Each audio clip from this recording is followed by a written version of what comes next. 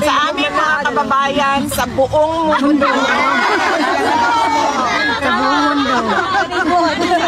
Mga kababayan sa buong mundo, maraming salamat sa inyong pagpapakita ng pagmamahal kay dating Pangulong Rodrigo Duterte. Maraming salamat sa inyong pagdarasal na siya ay maiuwi sa Davao City, Philippines at the soonest possible time. At maraming salamat sa inyong pagpapakita ng suporta para sa aming pamilya at sa aming pinagdadaanan ngayon. Patuloy nating mahalin ang ating bayan, patuloy nating ipaglaban ang tamang governance sa ating bayan.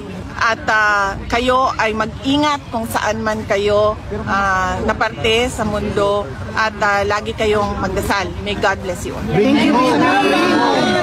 Salamat kayo. Ingat ka, ma'am. Ingat palagi. Okay.